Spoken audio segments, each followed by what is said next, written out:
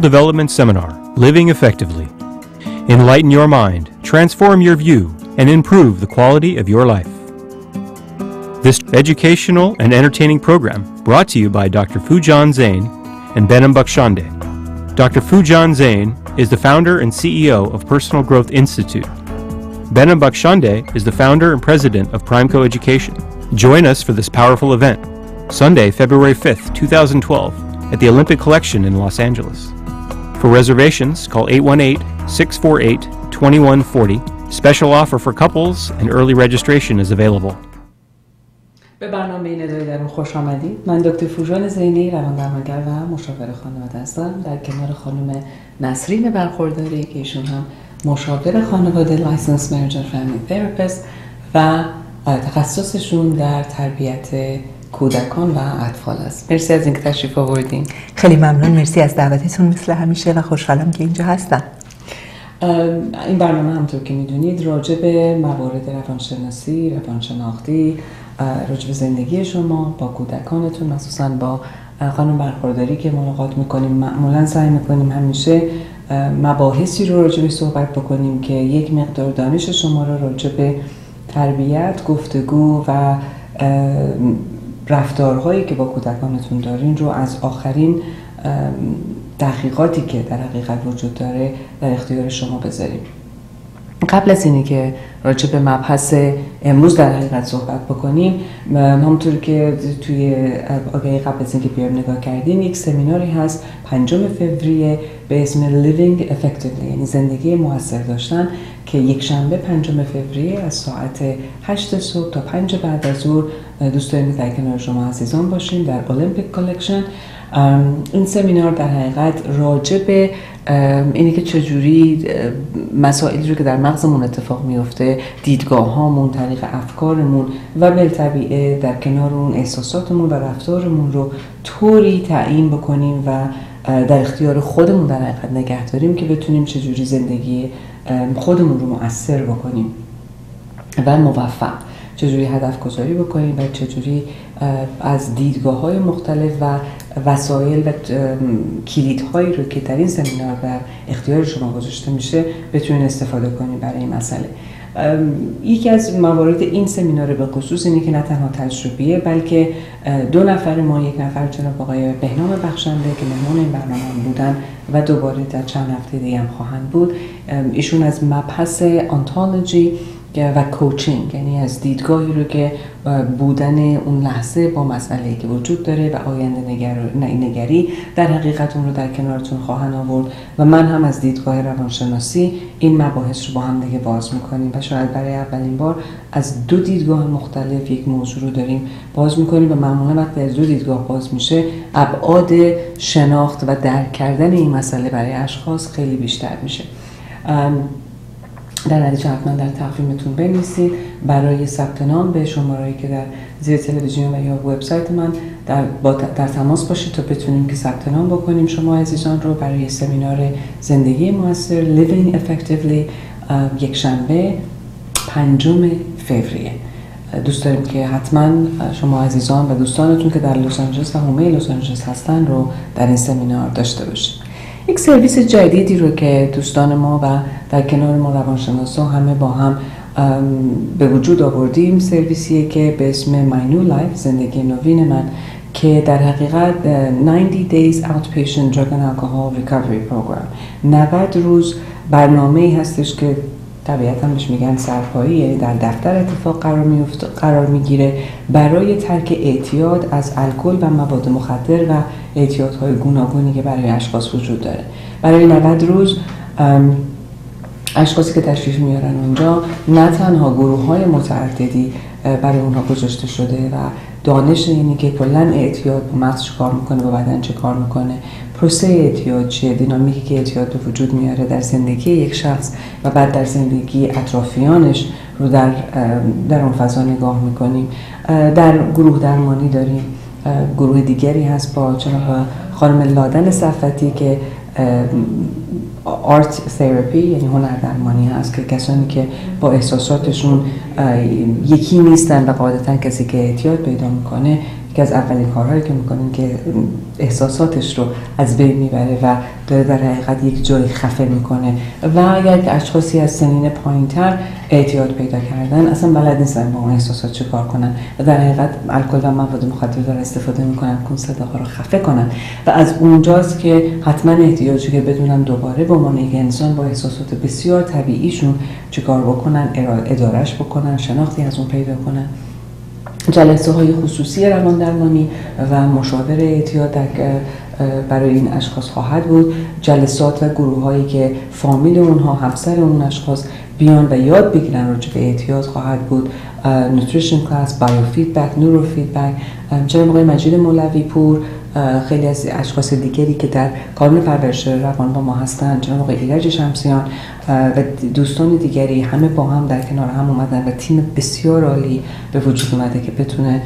این سرویس رو در اختیار دوستان بگذاره. و در کنارش هم جناب مولوی پور یک خانه بهبودی دارن که برای دوستانی که مایل هستن که توی برنامه My New Life برای 90 روز شرکت کنن و مایل نیستن که در خونه با خونشون زندگی بکنن و دوست دارن که در کنار گروه دیگه‌ای که در راه بهبودی هستن زندگی بکنن، در این خانه بهبودی هم میتونن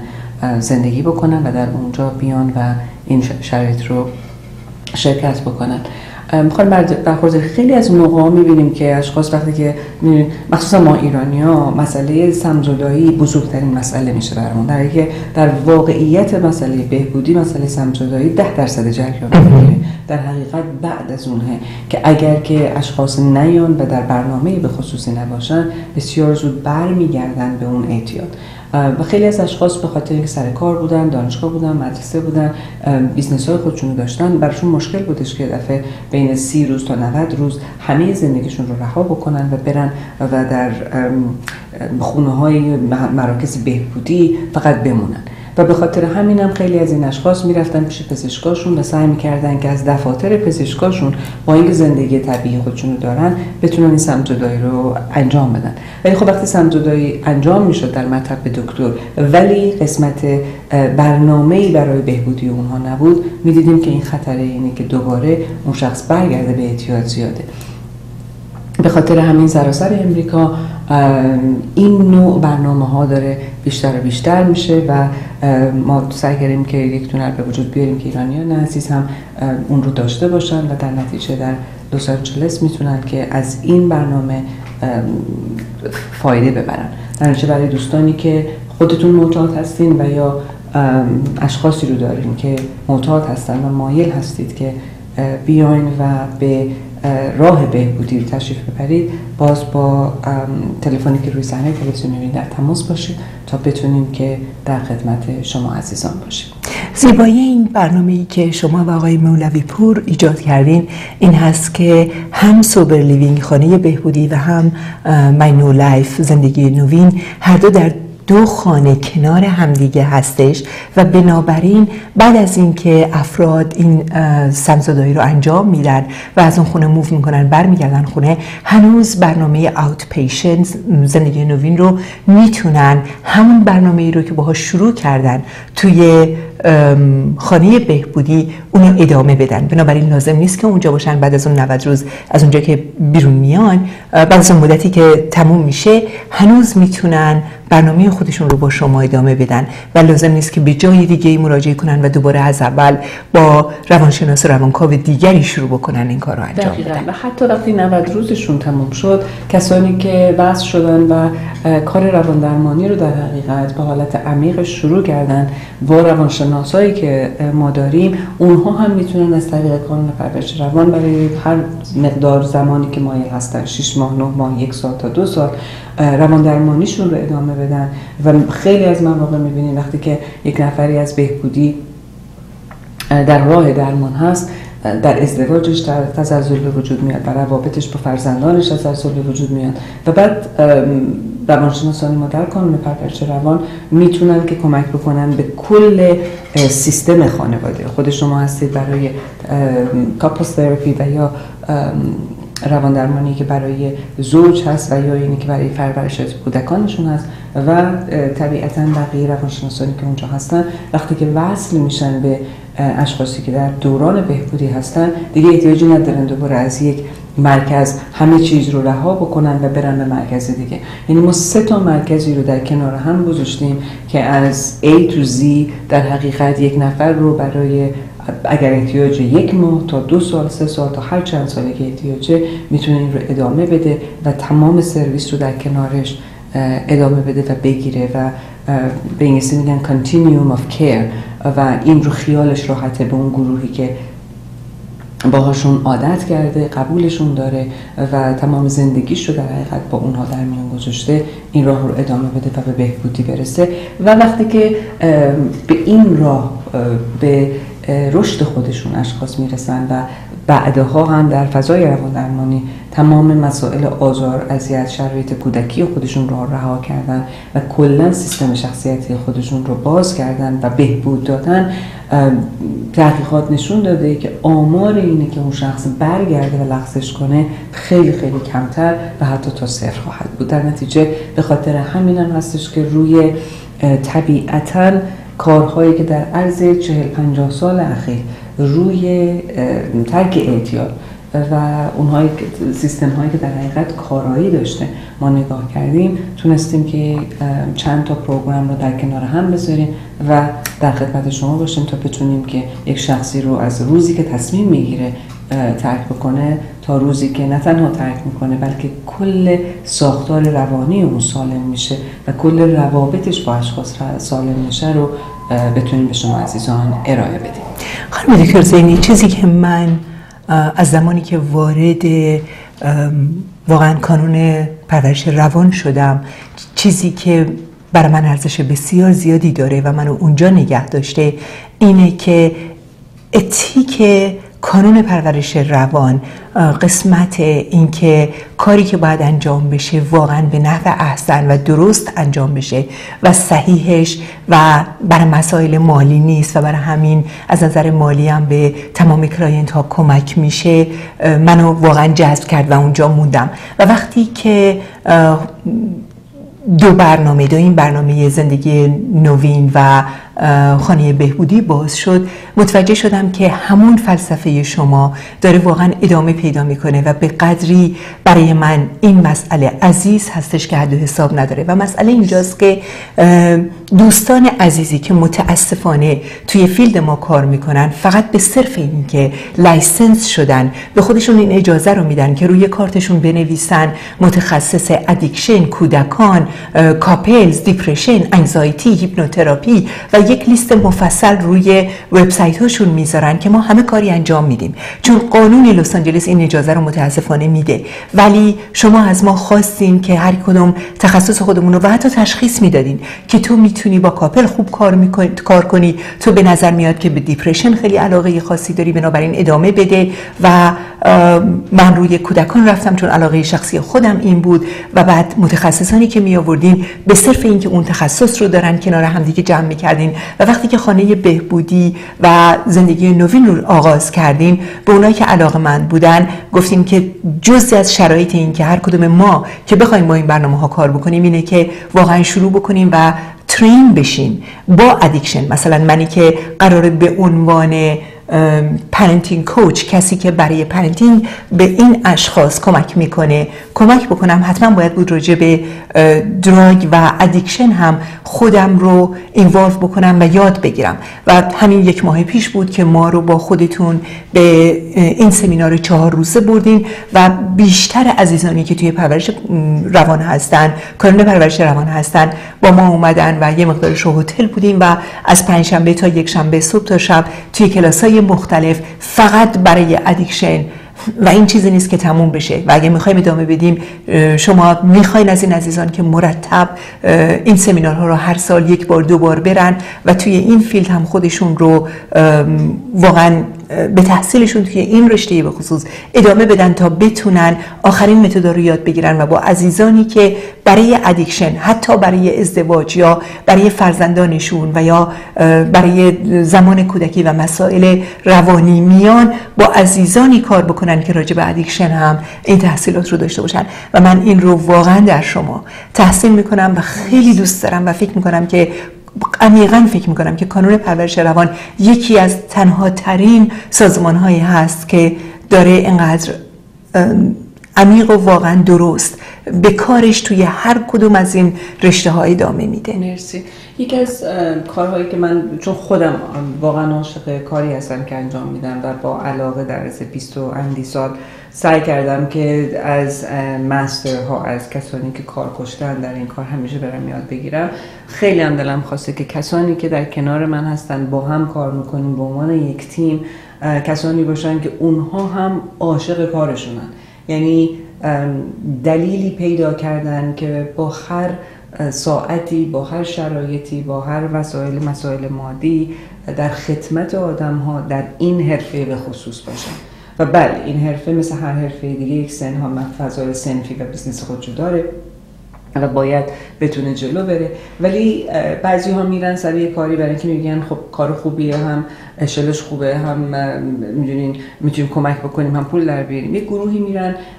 سر یه کاری برای اینکه پشن دارن، یعنی بهشون پول بدی ندی، کار باشون بکنی نکنی، هر اتفاق بیفته از ساعت 8 صبح بگی بلند شو برو تو 12 شب، هم عشق به کاری که دارن و دریغی که میرن و مینیمم رو حاضر نیستن دریافت بکنن، بلکه دائم جویای یاد گرفتن بهترین ها هستن رو سعی کردیم که در کنار هم بیاریم و تخصص هایی که میتونسته مکمل باشه، تکمیل بکنه اون سرویسی رو که میتونیم به اشخاص بدیم رو در کنار هم بیاریم و گروه های خیلی خیلی خوبی رو به وجود بیاریم که همونطور که گفتم وقتی یک شخصی وارد میشه بتونه کمک بگیره. اگر هم نداشته باشیم گروه کسانی که میدونیم که بهترین ها هستن رو بهشون ریفر بکنیم. در مورد اعتیاد من 20 سال هستش که در این رشته دارم کار میکنم با معتادین. در بیمارستان ها کار کردم، در ریهاب سنتر ها کار کردم و خیلی ها رو دیدم که از کجا به کجا رفتن و همیشه میدیدیم که در یک زمانی اشخاص میتونن برن در یک جای به خصوصی 1 ماه، 2 ماه، 3 ماه تا 6 ماه حتی شده بود که من اشخاص رو فرستاده بودم به بیمارستان ها یا مراکز به خصوص و تا زمانی که اونجا بودن عالی بود، میتونستن و چیپ میگرفتن، میومدن، سیستم رو درست کردن، غذاشون درست شده بود، ورزششون درست شده بود، حرف زدنشون درست شده بود و بعد از 6 ماه که برمیگشتن توی زندگی خودشون، رفتن سر کار پیدا میکردن یا رفتن سر کار خودشون، میومدن توی فضای خانواده یا پیش همسرشون، خونه پدر مادرشون، همون آپارتمان با همون دوستاشون، واقعا میدیدیم به فاصله چند ماه دوباره گرایش پیدا میکردن به همون عادات، همون رفتار، همون طریق صحبت کردن، همون گفتارها و خیلی مشکل بود. یعنی یا باید میمدن تمام زندگی رو کن فیکون میکردن و روابط رو کن فیکون میکردن که بعضی موقع احتیاجه و یا اینی که بلد نبودن چجوری ادپت کنن به زندگی که وجود داره در خارج از اون مراکزی که وجود داشت و واسه همین هم میدیدیم این revolving door، یعنی از این طرف میمدن بیرون بعد از این دور برمیگشتن تو. خب یکی از متدهایی که داشت کار میکرد مسئله 12 قدم بود که همه جای دنیا تا حدی کار کرده و یکی از اون موارد بود که خب گروه‌هایی بودش که دست طرف رو میگرفتن و توی زندگی خودش داشتن میرفتن. حالا اگر که ما میخواستیم که مسائل گروه‌های 12 قدم الزاماً از فضای ساینتیفیک نمیومد، از گروهی بودن که خودشون رها کرده بودن این مسئله، در فضای بهبودی بودن، دست هم میگرفتن، به هم کمک می‌کردن، میرفتن جلو و very effective و خیلی هم کارایی داشت. ولی از خب دیدگاه روانشناسی، از دیدگاه‌های ساینتیفیک، از دیدگاه نورولوژی که داشت میومد، خیلی اطلاعات دیگه‌ای هست و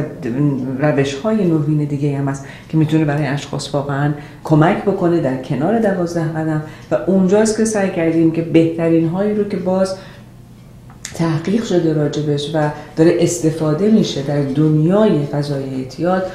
ما به کار ببریم در این گروه و در این برنامه‌ای که My New Life برای شما عزیزان گذاشته و همونطوری که شما فرمودین تمام کادر این گروه مکررن در آخرین سمینارهای علمی که برای اطلاعات دارن به ما میدن راجع به مسئله ادیکشن شرکت میکنن و بهترین ها رو قولمون اینه که برای شما عزیزان بیاریم. مبحث جالب امشب، چرا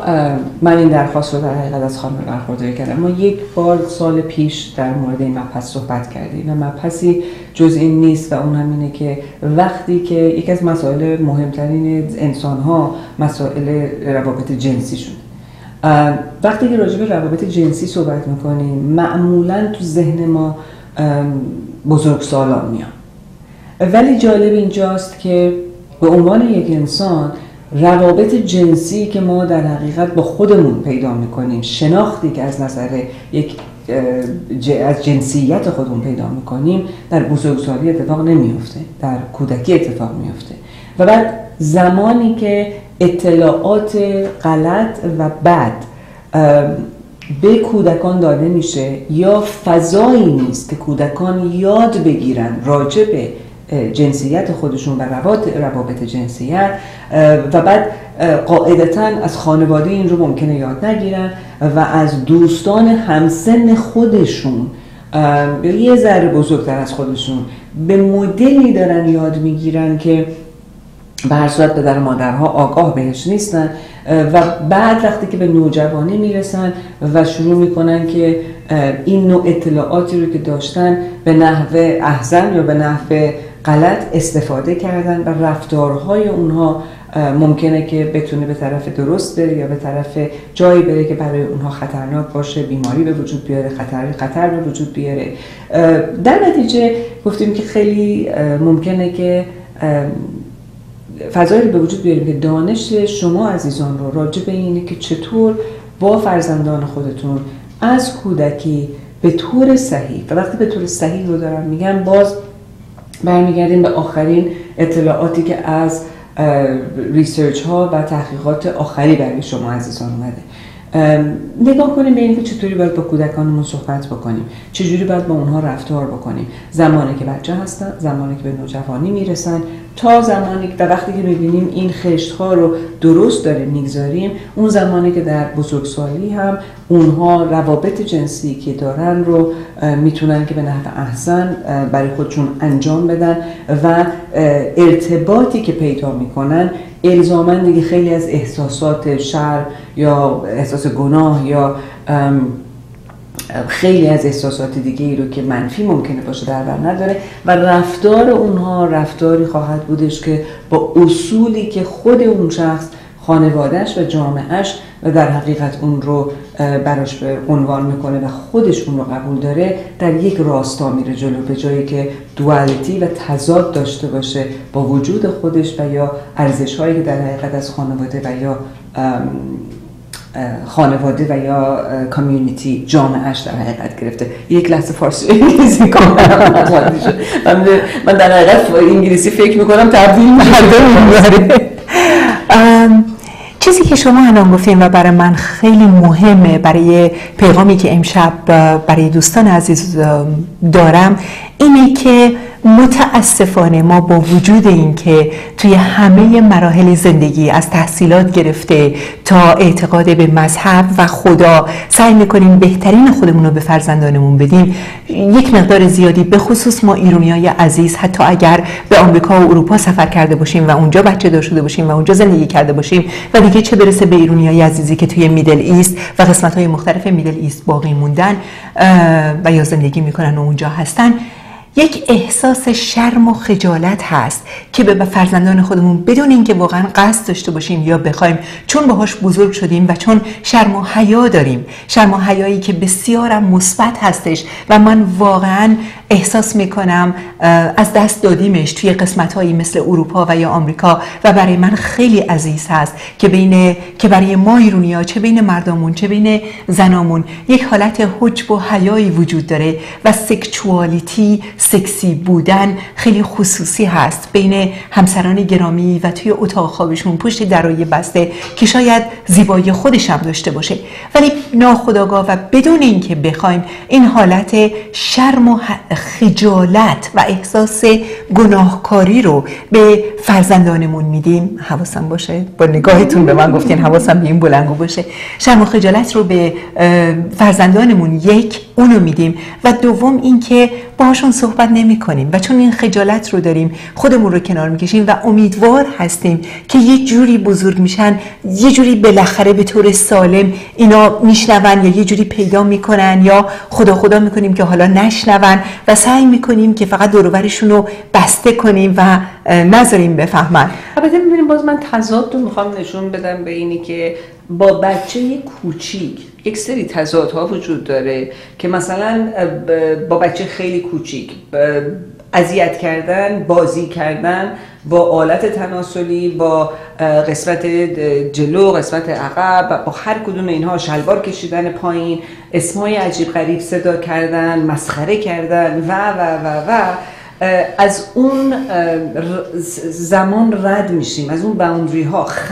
حد رد میشیم و به اسم شوخی هزار تا حرف میزنیم، ولی وقتی جدی قراره راجع به مسئله یک دانشجوی بدیم یه دفعه هممون شرم و حیا و خاک بر سرم و اینا زشت و چقدر بی‌تربیتی و نباید بگی و بچه نباید بفهمه. در نتیجه اون کودک چیزایی رو که اصلش باید یاد بگیره راجع به بدن خودش، چجوری کار میکنه، چجوری کار نمیکنه، چی کار باید کرد، حریمش چیه، کجاست که باید اجازه بده کسی دست بزنه، کجاست که نباید اجازه بده کسی دست بزنه، کاملا گیجه، نمیفهمه، ولی دایی و عمو و خاله و فلانی و بیساری حق اینو پیدا میکنن که دائم یه جوری وشکونش بگیرن یا هر چی دلش میخوان بهش بگن، مسخره کنن، هزار تا کار بکنن. و این جایگاه تضادیه که میخوام نشون بدم که با اینی که وای خجالت میکشیم راجع به حالت تناسلی و مسائل جنسی صحبت نکنیم، از این طرف هم تو شوخی و لفافه از تمام مرزهایی که نباید بگذریم در حقیقت داریم میگذریم. یکی از مسائلی که اینو من خیلی دوست دارم که اصلا از اول شروع بکنم، از همون زمانی که بچه به دنیا میاد و برمیگردم، ولی فقط این مسئله رو بگم که چقدر حقیقت داره صحبت‌های شما. من الان نمیدونم که توی ایران چی میگذره، ولی بین ایرانیای اینا اینجا هنوزم این مسئله رو میبینم که وقتی پسر بچه‌های 1 ساله، 6 ماهه، 2 ساله، 2 سال و نیمه، 3 ساله و 4 ساله لخت میشدن، از همون میدویدن بیرون، عمو، دایی، خاله، عمه، جیگر برم من، سنبل طلا برم من، حالتهای شوخی و خنده و حتی بغلش میکردن و حتی دست میزدن به اون قسمت خصوصی بچه با شوخی و خنده و همه با قشقش و خنده و به نظرشون یه بازی میومد و شاید حتی بچه از اینکه خب داره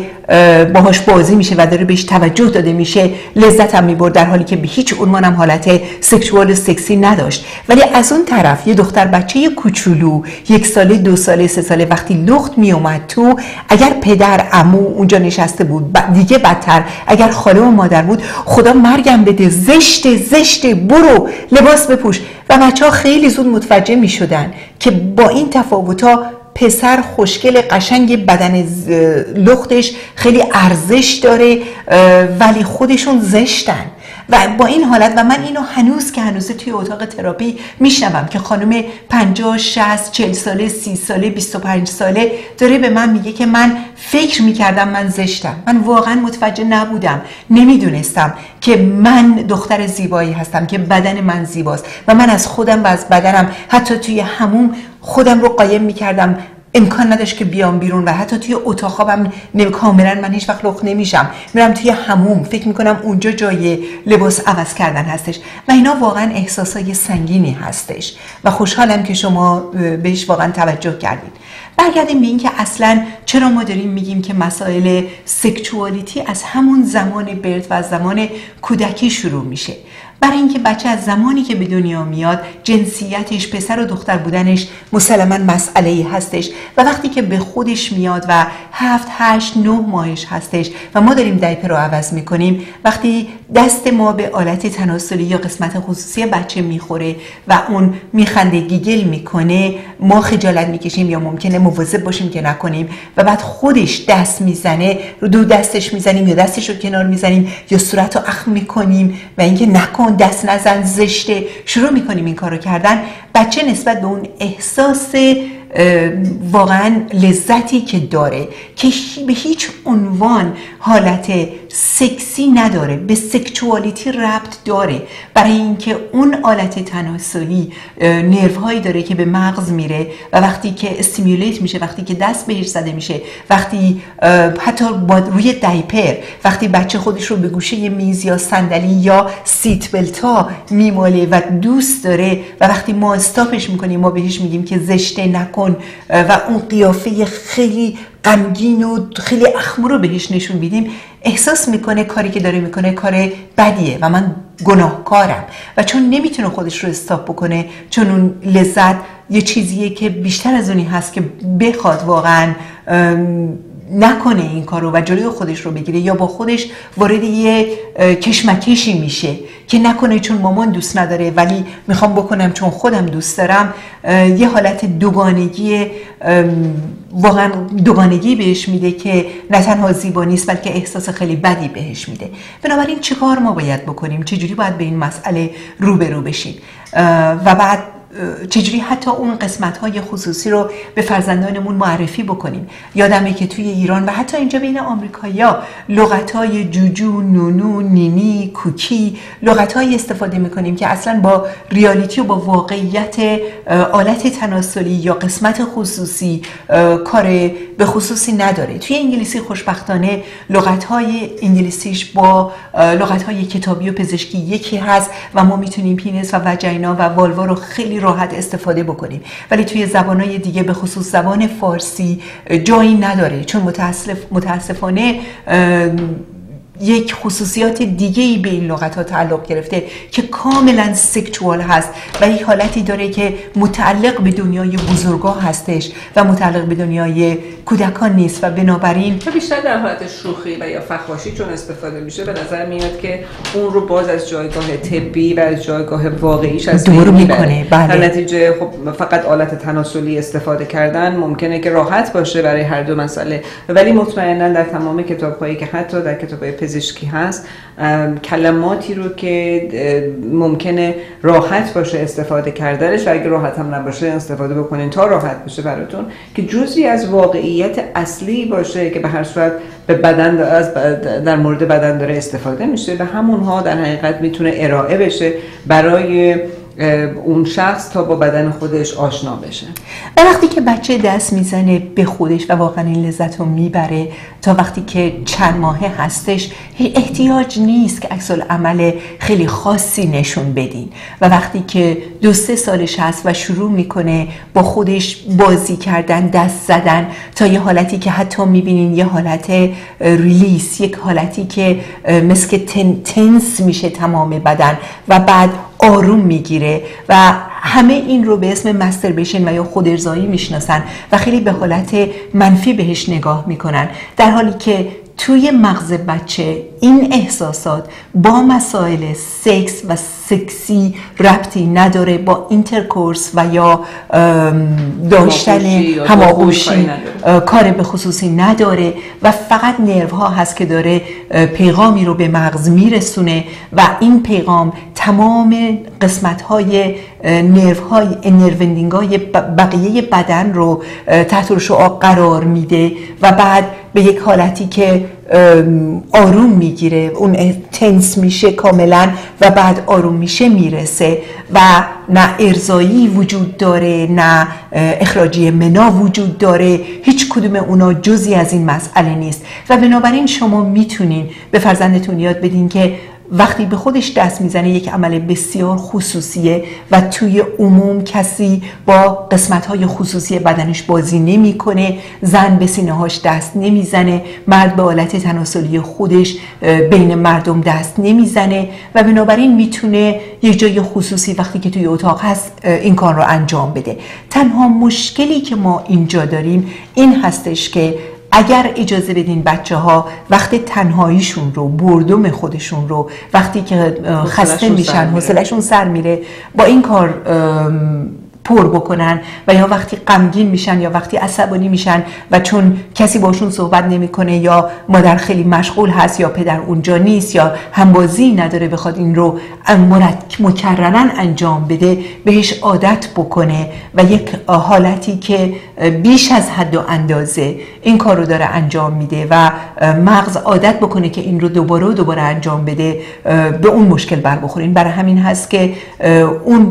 اون حالت خصوصی رو خیلی خودتون با مشغول نگه داشتن بچه، مثل هر چیز دیگه ای، بچه نیاز داره با شما در تماس صحبتی و در تماس بدنی، بوسیدن و حال کردن و بغل کردن و بغل هم تلویزیون تماشا کردن که البته مدتش خیلی خوبه که کم باشه، هرچی کوچکتر باشن کمتر و برنامه‌های مناسب باشه، کتاب خوندن، بازی کردن، دنبالش دویدن، قایم موشک بازی کردن، وقت فرزند با اینتراکشن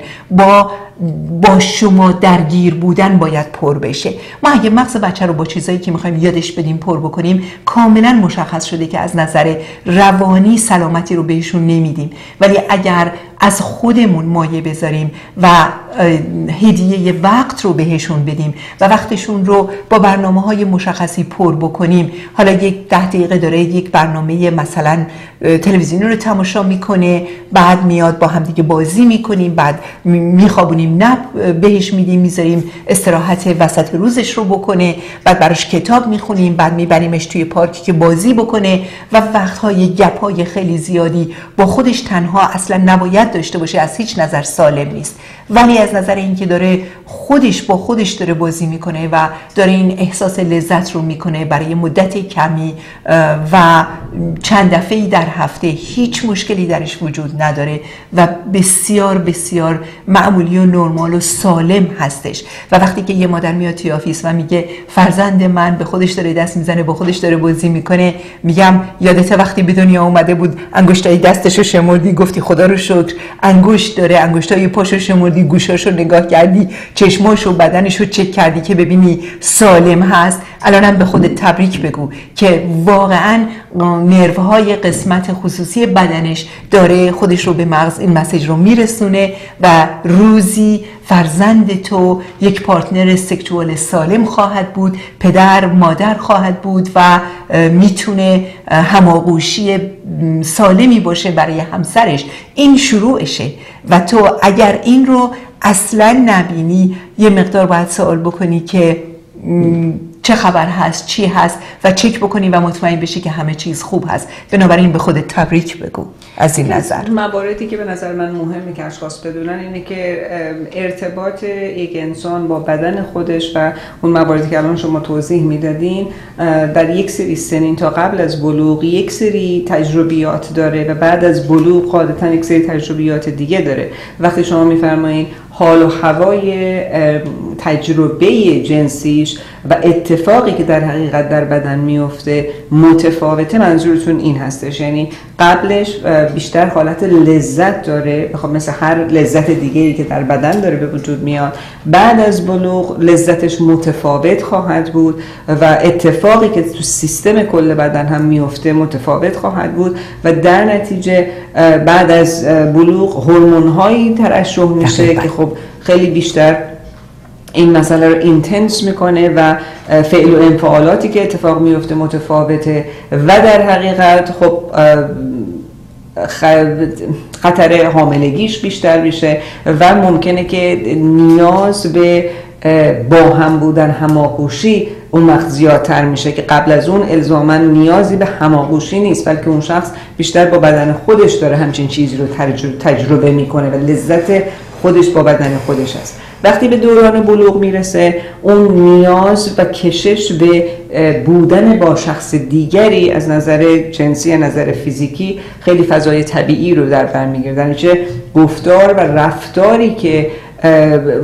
به وجود میاد از طرف پدر و مادرها با نوجوانانشون در همچین سنی و در دوران بلوغشون خیلی خیلی متفاوت میشه، برای اینکه امروز دیگه نه تنها اون بچه ها بلد نیستن و هر کدومشون میرن در حقیقت طرف والدی که هم جنس خودشون هست که یه مقداری مسئله رو براشون توضیح بده، و اون نقش اون والد به 2 تا قسمت میاد. یکی اینی که باید جوری توضیح بده که اون بچه رو یا اون نوجوان رو در حقیقت به طرف راه درست و سالم این مسئله ببره. از طرفی هم نیت هر پدر و مادر والد این هستش که خطرها یا نگرانی‌ها یا چیزهایی رو که اون باید یاد بگیره یا ارزش‌هایی رو که در کنار ارتباطات جنسی در حقیقت میخوان یاد فرزندانشون بدن یاد بدن و در نتیجه اونجا هم یک بحران دیگه‌ای پیدا میشه، هم برای نوجوانان هم برای پدر مادرها. یعنی اگر در خانواده‌ای بزرگ شدن که از کودکی گفتار راجع به بدن خودشون، آلت تناسلی و روابط جنسی حالت شرم داشته، کسی راجبش حرف نزنه، بده، زشته، کثیفه و این نوع پیام ها رو قاعدتا گرفته، مشخصا اون نوجوان جرأت این که بیاد این مباحث رو از پدر یا مادر خودش بگیره رو نخواهد داشت. خجالت میکشه و میره. از کی یاد میگیره؟ خب از همسنین خودش یاد میگیره. در اون زمان چون بقیه کسانی هم که همسن اون هستن تو همین تجربه دارن میرن، شروع میکنن با همدیگه گفتاری داشتن، از تجربه های همدیگه برای همدیگه میگن. یک عالمم میس انفورمیشن و اطلاعات غلط در حقیقت به همدیگه از کسان دیگه شنیدن. مثلا از یه نفر که 2 سال بزرگتر از خودشونه شروع میکنن این حرفا رو شنیدن و بعد عملاً تنها کاری که پدر مادرها در اون زمان میکنن اینه که ترس‌های خودشون رو جزء واقعیات میکنن و تنها چیزی رو که تحویل فرزندانشون میدن نکن ترس‌هایی که اتفاق میفته، دیزاستر و بدترین هایی که ممکنه اتفاق بیفته. حالا 2 حالت داره، یا اینی که انقدر اون نوجوان عقیده داره به عقاید پدر و مادرش که تمام زندگی جنسیش میشه ترس و وحشت و اصلا نمیخواد سراغ این مسئله بره، یا اینی که کاملا گفتار پدر و مادرش رو نفی میکنه و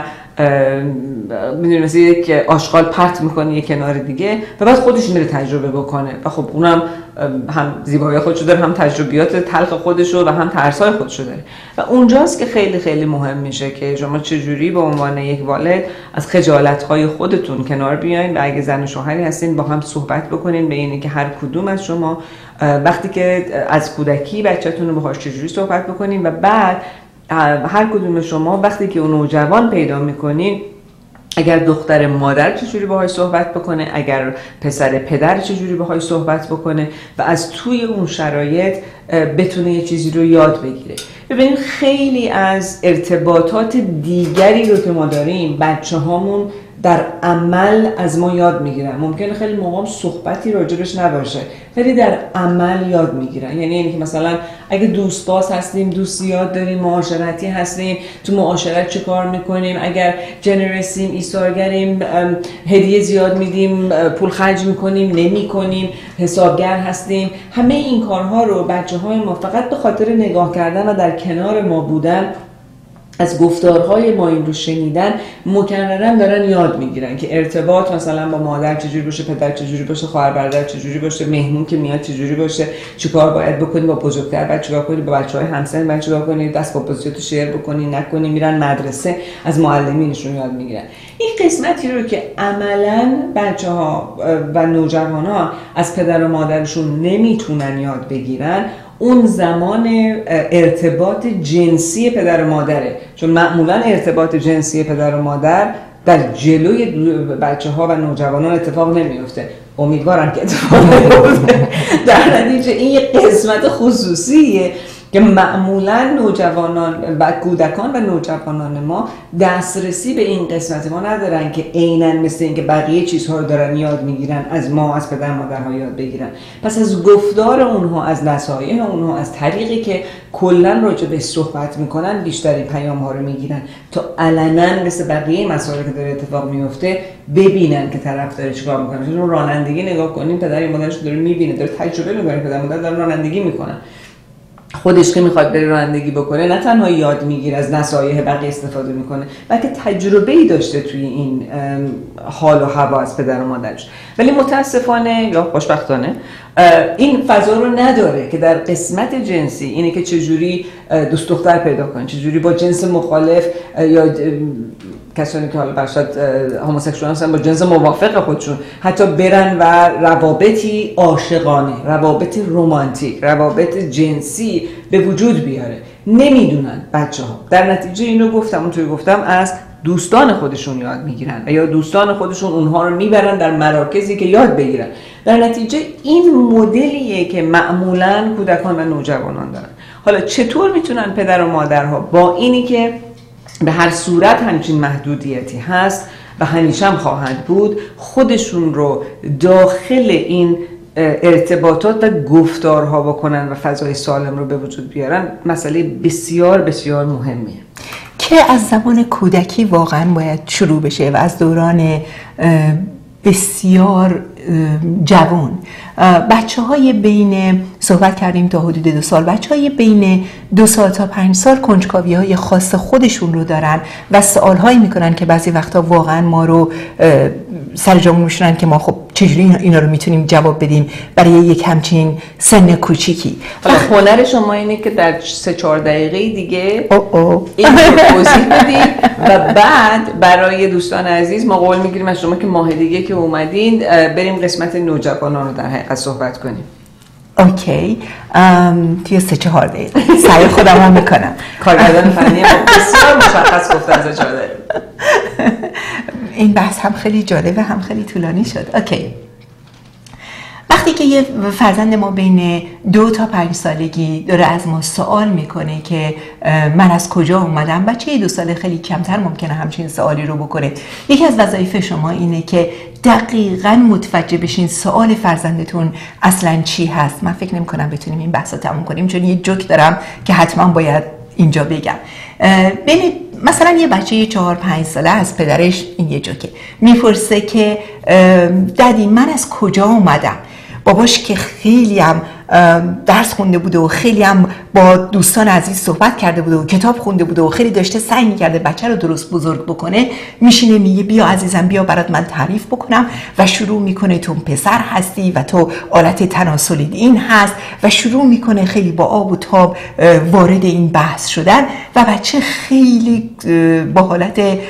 گیج نگاه پدر میکنه و وقتی که کاملا این بحث داره از کنترل و از قدرت فهم بچه خارج میشه، بچه به پدر نگاه میکنه و میگه نه بابا دوست من از شیکاگو اومده، من از کجا اومدم، ما از کجا اومدیم. اینه که خیلی مهمه که شما متوجه بشین که اصلا سوال بچه چی هست. یه بچه 3 ساله وقتی میگه من از کجا اومدم خیلی فرق میکنه تا یه بچه 5 ساله که میگه من از کجا اومدم یا یه بچه 8 ساله که میگه چجوری یه بیبی توی شکم مامی میره. و وقتی که شما بهش این هدیه وقت رو بدین و بشینین و بگین چی میخوای بدونی که از کجا اومدی، منظورت چیه و دوست داری که چی رو بدونی، میخوای بدونی چجوری به دنیا اومدی یا میخوای بدونی ما از کدوم شهر اومدیم و بذاریم بچه بگه که مثلا من چجوری اصلا اینجا هستم یا چجوری اومدم یا دوستم مامیش بیبی آورده یا دوستم میگه مامیش بیبی تو شکمشه، چجوری تو شکمش رفته. اگر با اون کنجکاوی هستش اون وقت شما میتونین در حد بهش میگن developmentally appropriate، در حدی که فرزند شما قدرت شنیدنش رو داره و به سادگی تمام این رو براش توضیح بدین. دکتر پاملا ویلسون میگه هرچی کمتر صحبت کنین توی این ایج خیلی بهتر هستش تا بیشتر. بنابراین خیلی ساده میتونین بهش بگین که مامی و ددیا وقتی ازدواج میکنن تصمیم میگیرن که بچه دار بشن و اون وقت اسپرم از بدن پدر وارد بدن مادر میشه و بچه اونجا به وجود میاد. یه بچه 2-3 ساله باورم کنین همونجا براش این مسئله حله، بیشتر از این چیزی نمیخواد. ولی یه بچه 5 ساله ممکنه برگرده بگه چجوری و اونجا شما میتونین بگین که آلت خصوصی پدر وارد آلت خصوصی مادر میشه و برای یک 5 ساله همون ممکنه کافی باشه یا ممکنه بیشتر بپرسه. بچه‌ای که با بچه‌های بزرگتر بوده 5 6 7 ساله‌ای که با بچه‌های 9 و 10 ساله و پسرعمو و دخترعموهای 11 و 12 ساله رفت و آمد میکنه و دوره اینجوری از شما سوال میکنه، باورم کنین از اونها شنیده و بنابراین نترسین از اینکه با یک جمله و بسیار ساده اینجا اعتماد فرزندتون رو به دست میارین و و معرفی میشین به عنوان والدین پرسشجو، والدین askable parents، پرنتی که من میتونم هر سوالی رو دارم ازش بکنم و جواب خواهم گرفت. و شما اینجا این اعتماد رو میخواین به وجود بیارین، بیشتر از این که تکنیکالی بخواین جواب سوال فرزندتون رو بدین. و عکس‌هایی از کتاب‌های پزشکی که خیلی راحت باشه و برای اون سنم شایسته باشه رو میشه پیدا کرد و خیلی موقع ویژولی راحت‌تر ممکنه بچه‌ها بفهمن و باز میگم بچه‌ها یه ذره سنشون بالاتر میره با این عکس‌ها راحت‌تر میتونن که متوجه بشن. باز میگم از کتاب‌های پزشکی صحبت نیست که عکس‌های پورن بذارین جلوشون. It's not appropriate. بیشتر کتاب‌های بچه‌ها با نقاشی مسائل رو نشون میدن. بله. و حتی عروسک‌هایی هستش که anatomically correct میتونه که اونها رو داشته باشه و یه مقدار اینها رو ممکنه که توضیح بده. برصد ممنونم از اینی که میگم مبحث خیلی جالبیه، مبحثی که معمولاً راجع به صحبت نمیشه. از تمام بینندگان عزیز خواهش میکنم که اگر برای خودتون به هر صورت مشکل هستش که با تربیتی که داشتین، با مدل تفکری که داشتین، با جایگاهی که برای تو خانواده یا فرهنگی داشتین احساس میکنین که مشکل اینها رو توضیح دادن، تلفن بفرمایید، مشاوره بگیرید با خانم برخورداری و مبحث خودتون و طریق گفتاری که توی خانواده خودتون بوده رو مطرح بکنید. و از اونجا همیشه میگیم که ما به هر مقصدی که بخوایم برسیم باید نگاه کنیم از کجا داریم شروع میکنیم و معمولا جهش نمیتونیم بکنیم. از هر جا که شروع میکنیم تاتی باید بریم جلو تا به اون مقصد برسیم. و خیلی موقع‌ها مشاورین کاری که انجام میدن اینه که این تشخیص رو میدن که هدف کجاست و شما کجا هستید و چه جوری کمکتون بکنن که از اون جایی که هستید به اون هدف برسید با شناخت و با در حقیقت احترام گذاشتن به فضای فرهنگی خانواده و اجتماع شما. برای اینکه ما ممکنه با کسی که در امریکایی و در امریکا هست طوری صحبت بکنیم که راحت‌تر این حرفا رو بزنه، کسی که افغانی هست که در افغانستان و ایرانی هست که در ایران هست ممکنه که مشکل تر باشه این حرفا رو بزنه. ولی هر کدومش که باشه میتونیم که کمک بکنیم که در جایگاهی که شما هستین چجوری این رو بتونین برای خودتون حداقل کامل بکنین و این رو انجام بدین. خواهشم ازتون اینه که سوالاتون رو برای ما ایمیل بکنین تا برنامه بعدی که همین بحث رو ادامه خواهیم داد بتونیم به سوالای خاص شما راجع به صحبت کردن با فرزندانتون و یا نوجوانانتون راجع به سکس و مشکلاتشون سوالو بکنین تا بتونیم جوابتون رو بدیم. خیلی ممنونیم از شما. مرسی از برنامه جهانی پن که این برنامه در حقیقت دوشنبه ها به وقت 7 تا 8 شب و بعد بازپخشش 12 ساعت بعد در ایران و قسمت‌های دیگه دنیا داره پخش میشه و پنجشنبه صبح ساعت 10 صبح و دوباره بازپخشش ساعت 10 شب از ایران تیوی، آیر تیوی در حقیقت داره، ایران تیوی در حقیقت داره پخش میشه و دوستان میتونین اون رو از امریکا و کانادا ببینید. مرسی از اینکه با ما بودید. دوباره هفته آینده با شما خواهیم بود. روز و شبتون خوش. Development Seminar, Living Effectively. Enlighten your mind, transform your view, and improve the quality of your life. This educational and entertaining program brought to you by Dr. Fujan Zain and Behnam Bakhshande. Dr. Fujan Zain is the founder and CEO of Personal Growth Institute. Behnam Bakhshande is the founder and president of Primeco Education. Join us for this powerful event, Sunday, February 5th, 2012, at the Olympic Collection in Los Angeles. For reservations, call 818-648-2140. Special offer for couples and early registration is درخشش و شکوفایی دیگری از خرد، دانش و تخصص ایرانیان در جهان. مجموعه مدرن خرد زندگی شامل 4 CD. خرد آرامش درون، راهی مفید برای بازگردانی سلامت روح و جسم شما. خرد خواب آسوده، بهترین همراه برای بهره‌گیری از خواب کامل و سالم. خرد بدن، آموزشی است کامل برای ارتباط شما با خویشتن و شناخت بدن خود. خرد رهایی احساسات، تجربه‌ای خواهد بود اثربخش برای شناخت و راه برخورد مطلوب با احساسات درونی. من دکتر فوژان زینی مجموعه خرد زندگی را به شما عزیزانی که در صدد بهبود و تکامل زندگی خود هستید ارائه می دهم. تلفن اطلاعات 818 609 9989 و فروشگاه‌های معتبر ایرانی و یا www.fujan.com amazon.com irondokh.com و iranianmovies.com.